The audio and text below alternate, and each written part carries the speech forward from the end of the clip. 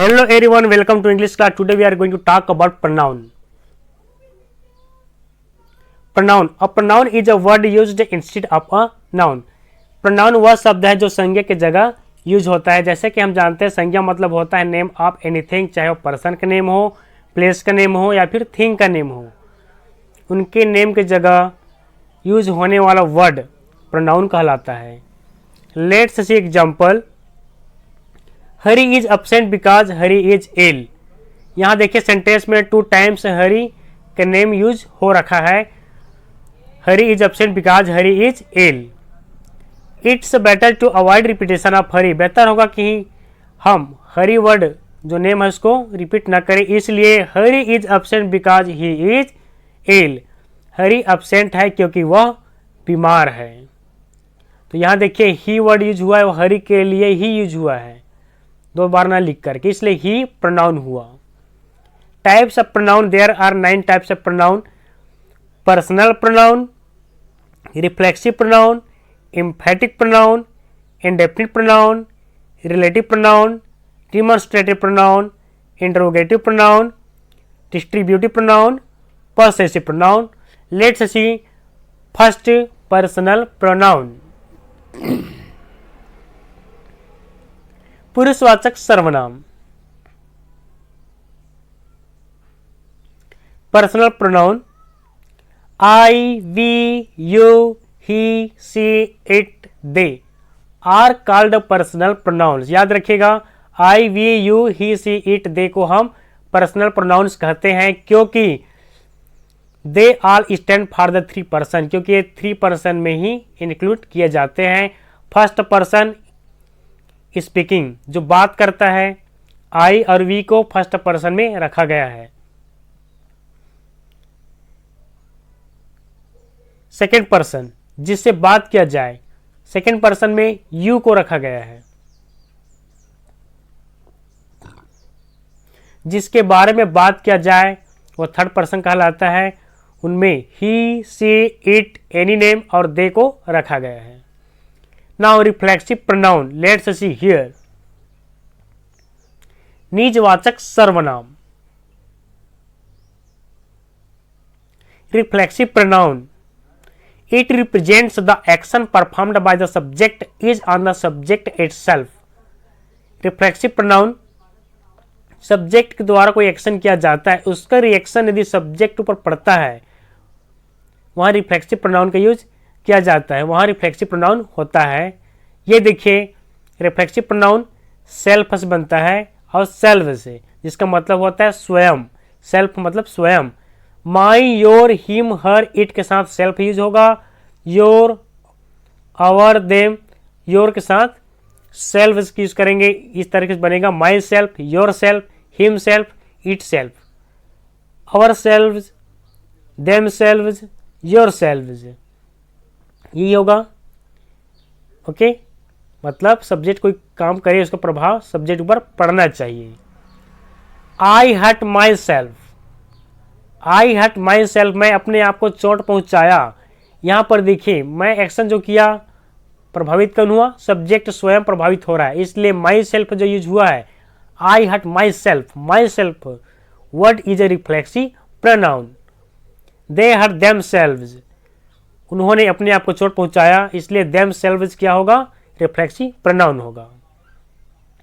Emphatic pronoun, let's see here. दृढ़तावाचक सर्वनाम। Emphatic pronoun. An emphatic pronoun is that which is used to add emphasis to the subject of the sentence. Emphatic pronoun subject के ऊपर जोर देने के लिए use होने वाला प्रोनाउन होता है, जो कि सेंटेंस में सब्जेक्ट ऊपर जोर दिया जाता है। सेम बनेगा रिफ्लेक्सिव प्रोनाउन की तरह, सेल्फ का यूज करके और सेल्व्स का यूज करके, same as usual. Myself, yourself, himself, herself, itself, themself, themselves, yourselves, ourselves, मतलब वह स्वयं, वे स्वयं, हम स्वयं, इस अर्थ में यूज होगा। सब्जेक्ट पर जोर देंगे, इसी तरीके से एग्जाम्पल के जरिए समझते हैं। Let's see further.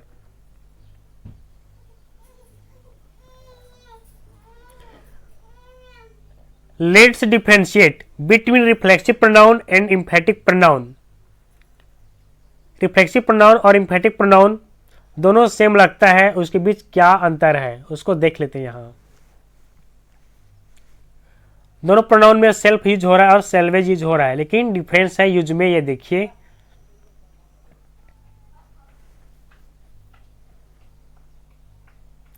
Reflexive pronoun they are used as objects of the verb when the action of the verb returns to the doer.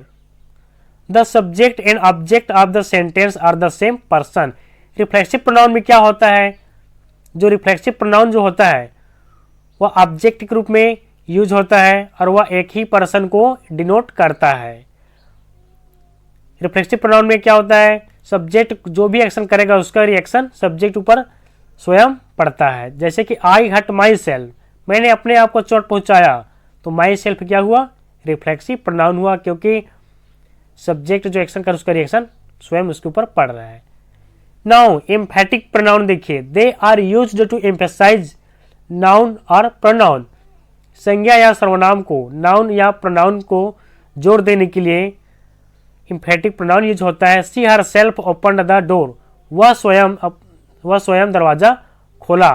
सी के बाद जस्ट हर सेल्फ लगा है, सी सब्जेक्ट उस पर जोड़ दिया जा रहा है वहां पर हर सेल्फ लगाकर, तो हर सेल्फ क्या होगा, एम्फेटिक प्रोनाउन होगा।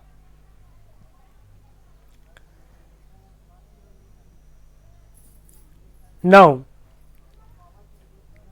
इनडेफिनिट प्रोनाउन, अनिश्चयवाचक सर्वनाम।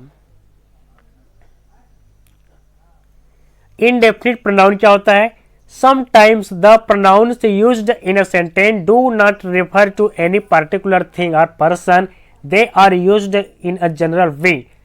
Such pronouns are known as indefinite pronoun. मतलब कभी कभी क्या होता है कि सेंटेंस में ऐसा प्रोनाउन यूज होता है जो किसी पर्टिकुलर व्यक्ति, पर्सन, प्लेस को इंगित नहीं करता, जनरल वे में यूज हो जाता है। ऐसे प्रोनाउंस को हम इंडेफिनिट प्रोनाउन कहते हैं। अब इंडेफिनिट प्रोनाउन में कौन कौन से वर्ड हैं ये देखिए। एग्जाम्पल के लिए, all, anyone, anybody, anything, everyone, everybody, everything, someone, somebody, something, no one, nobody, nothing, some, none, etc. इसको याद रखिएगा, इसको नोट डाउन करिएगा। All of you. Indefinite pronoun example देखिए, Nobody can help you in this issue. इस matter पे, इस मामले में कोई आपको मदद नहीं कर सकता। यहाँ पर आया है nobody, मतलब किसी पार्टिकुलर व्यक्ति को नहीं बता रहा है, किसी पार्टिकुलर व्यक्ति का इंगित नहीं हो रहा, इसलिए nobody क्या होगा, इनडेफिनिट प्रोनाउन होगा। Did you ask anybody to come? क्या आपने किसी को आने के लिए कहा? यहाँ पर देखिए anybody आया है जो किसी पार्टिकुलर व्यक्ति, पर्सन को डिनोट नहीं कर रहा है, इसलिए एनीबडी भी क्या होगा, यहाँ पर इनडेफिनिट प्रोनाउन होगा। Somebody has stolen my watch, somebody भी क्या होगा, इनडेफिनिट प्रोनाउन होगा। Somebody has stolen my watch, किसी ने मेरा वॉच चोरी कर लिया है, समबडी क्या होगा, इनडेफिनिट प्रोनाउन होगा। तो dear student, that's more enough for today. See you, bye bye.